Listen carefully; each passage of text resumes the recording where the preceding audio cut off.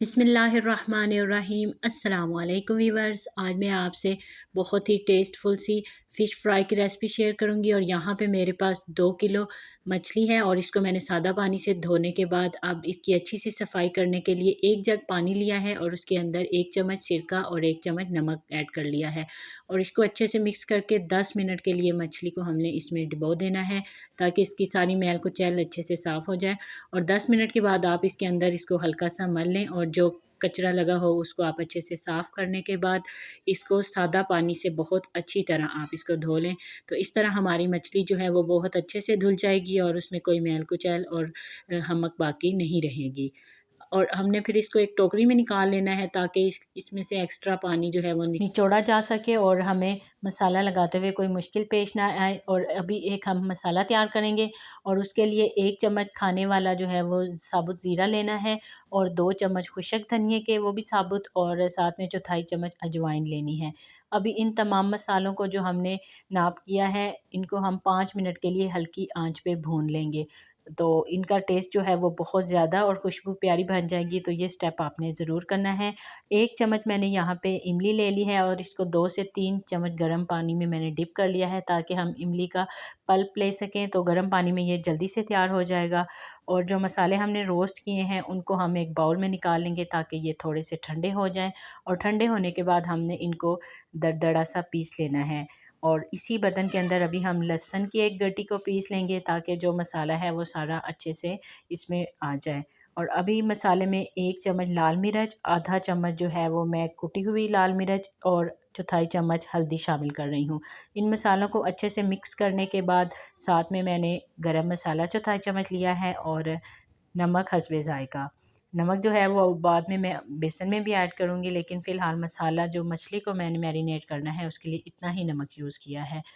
इनको मिक्स करने के बाद इमली का पल्प भी हम इस मसाले में ही ऐड कर लेंगे और कुटा हुआ लहसुन इसके साथ शामिल कर लेंगे और इनको अच्छे से मिक्स कर लेंगे। और मछली के अंदर हल्की सी खटास लाने के लिए मैं इसके अंदर 4 नींबू भी ऐड करूँगी। अगर आपके पास बड़े साइज़ के नींबू हैं तो आप 2 ऐड कर लें, या अगर आप ज़्यादा खट्टी मछली खाना पसंद करते हैं तो आप नींबू जो है वो इससे भी ज़्यादा ऐड कर सकते हैं। लेकिन मैं एक नॉर्मल टेस्ट बना रही हूँ तो मैं यहाँ पे बस इतना ही नींबू का रस शामिल करूँगी। और तमाम मसाले को अच्छे से मिक्स करने के बाद अब हम इसको मछली के ऊपर लगा लेंगे। तो आपने मसाला इस तरह लगाना है कि कोई भी पीस जो है वो मसाले के बगैर ना रहे।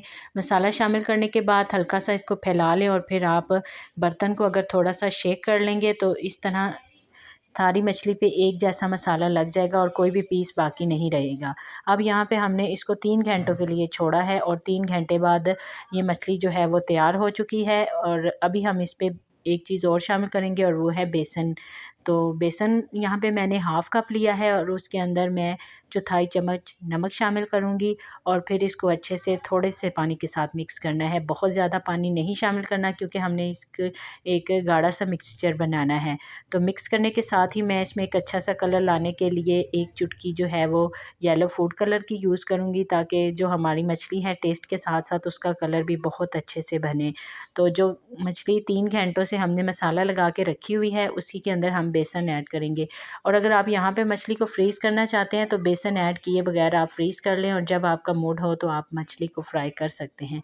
बेसन मिक्स करने के बाद यहाँ पे मछली जो है वो बिल्कुल फ्राई करने के लिए तैयार है। तो हम अब सबसे पहले तेल को गरम करेंगे। तो तेल हमने इतना गरम कर लेना है कि जैसे ही हम मछली को शामिल करें तो उसमें बबल्स बनना स्टार्ट हो जाएं। तो आपको देख के आइडिया हो गया होगा कि ये ऑयल जो है मैंने कितना गरम किया हुआ है। और जितने पीसेस आसानी से आपके पैन के अंदर आ रहे हैं तो आपने बस उतनी ही फ़िश ऐड करनी है। और इसको अब हम थोड़ी देर के लिए पकाएंगे। फ़ौरन डालने के साथ हमने इसकी साइड चेंज नहीं करनी, बल्कि 1 से 2 मिनट के लिए कुक करने के बाद हम जो है वो इसकी साइड को चेंज कर लेंगे। इस मछली को हम एक दफ़ा में ही फुल फ्राई नहीं करेंगे बल्कि हम इसको 2 दफ़ा फ्राई करेंगे। एक दफ़ा हमने हाफ़ फ्राई करनी है और इसको निकाल लेना है। और आप देखें कि इसका कलर जो है वो लाइट गोल्डन होना स्टार्ट हो गया है। तो इस स्टेज पे हम इसको एक दफ़ा कढ़ाई में से निकाल लेंगे और एक साइड पे रखते जाएंगे। और कढ़ाई से निकालने के बाद अगर आपके पास टाइम है तो आप इसको 7 से 8 मिनट के लिए रख लें।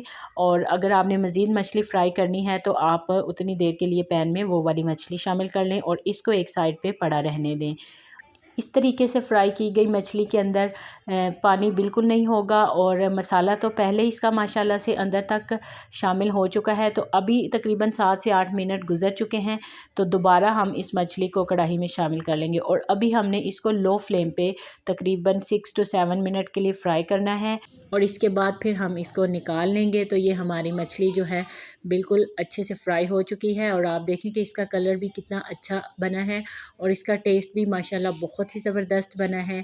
यहाँ पे आप इसकी फ़ाइनल लुक देख सकते हैं और मैं आपको इसको तोड़ के भी दिखाती हूँ कि ये कितनी परफेक्ट और कितनी टेस्टी बनी है।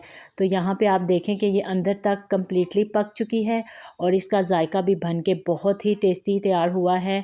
आप भी मेरी इस रेसिपी को ज़रूर ट्राई कीजिएगा और मुझे कमेंट सेक्शन में बताइएगा कि आपको ये रेसिपी कैसी लगी। और जाने से पहले प्लीज़ हमारे चैनल को सब्सक्राइब कर दीजिए और वीडियो को लाइक कर दीजिए। नेक्स्ट वीडियो तक के लिए अल्लाह हाफिज़।